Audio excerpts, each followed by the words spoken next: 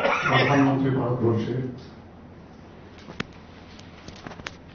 অটল বিহারী বাজপেয়ীর যে প্রয়াণ দিবস, প্রতি বছরই আমাদের অফিসে ওনাকে শ্রদ্ধা নিবেদন করে উৎসর্গ অর্পণ করে আমরা এখানে সমবেত হই। আজকেও এখানে আমরা এসেছি। ভারতীয় জনতা পার্টির উনি প্রতিষ্ঠাতা ছিলেন, আমরা সবাই জানি। 1980 সনে যখন জনতা পার্টি ভেঙে ওনার নেতৃত্বে, ওনার সভাপতিত্বে ভারতীয় জনতা পার্টি শুরু হয়। এবং এমন এক ব্যক্তিত্ব যাকে হিন্দুকেরা পর্যন্ত ওনাকে শ্রদ্ধা করতেন। আমরা সবাই জানি যে 1951-এ আমাদের জনসংঘ, আমাদের যে পূর্বসূরি যে পার্টি জনসংঘ প্রতিষ্ঠিত হয়েছিল ডক্টর শ্যামাপ্রসাদ মুখার্জির নেতৃত্বে। পরবর্তী সময়ে পণ্ডিত দীনদয়ালজির নেতৃত্বে সেই জনসংঘ যে প্যাটার্ন, সেটা ডক্টর শ্যামাপ্রসাদ মুখার্জির বরুণার হাতে চলে আসে এবং তারপর দীর্ঘ ইতিহাস সেই জনসংঘ থেকে আস্তে আস্তে আস্তে আস্তে করে যেখানে দুটো মাত্র আমাদের মেম্বার অফ পার্লামেন্ট ছিল,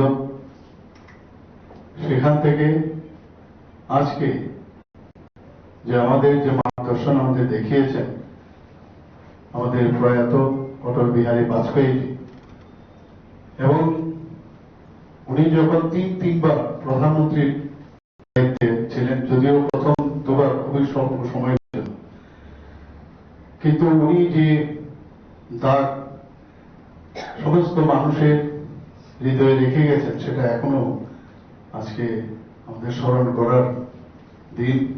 ওনার জন্মদিনেও আমরা এখানে এই ধরনের অনুষ্ঠান আমরা করে থাকি। সারা ভারতবর্ষে সব জায়গায় ওনার প্রতি যে একটা অদ্ভুত একটা ওনাকে নিয়ে যে চিন্তা ভাবনা, যে এরকম ব্যক্তি সাধারণত ভারতবর্ষের রাজনীতির জগতে একটা বিরল একটা দৃষ্টান্ত। আজকে ওনার এই প্রয়াণ দিবসে আমরা এখানে আমাদের মাঝে উপস্থিত আছেন ত্রিপুরা প্রদেশের মাননীয় সভাপতি তথা রাজ্যসভার মাননীয় সাংসদ শ্রী রাজীব ভট্টাচার্য মহোদয়। তাছাড়া এখানে আমাদের ত্রিপুরা প্রদেশ বিজেপির এখানে সহসভাপতিরা উপস্থিত আছেন। এখানে অন্যান্য যারা ত্রিপুরা প্রদেশের বিভিন্ন পদে যারা অধিষ্ঠিত আছেন, এখানে বিভিন্ন যারা ভারতীয় জনতা পার্টি, আমাদের সরকার বা পিএসইউর যারা এখানে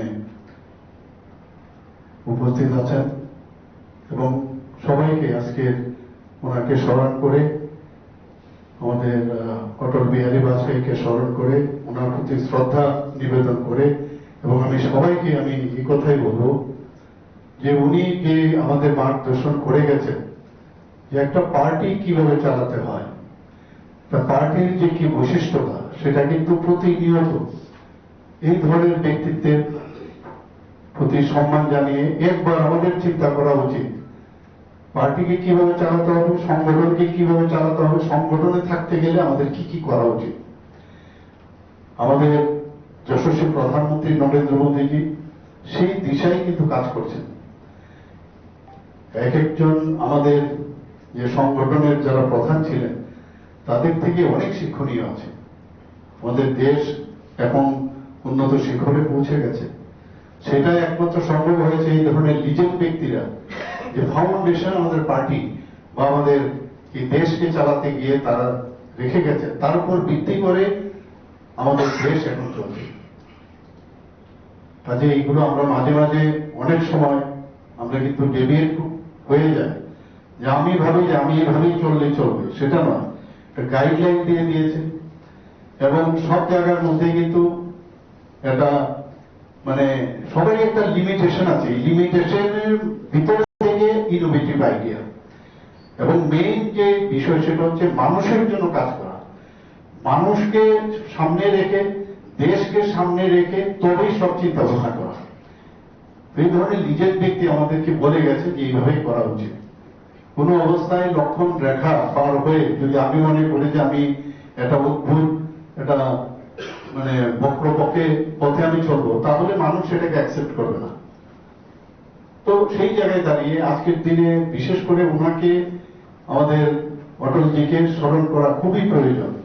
আজকে আবার আমি এখানে যারা যারা উপস্থিত আছেন, আমি সবাইকে বলবো যে ওনার প্রতি শ্রদ্ধা নিবেদন করে ওনাকে সামনে রেখে সম্মান জানিয়ে আমাদের পথ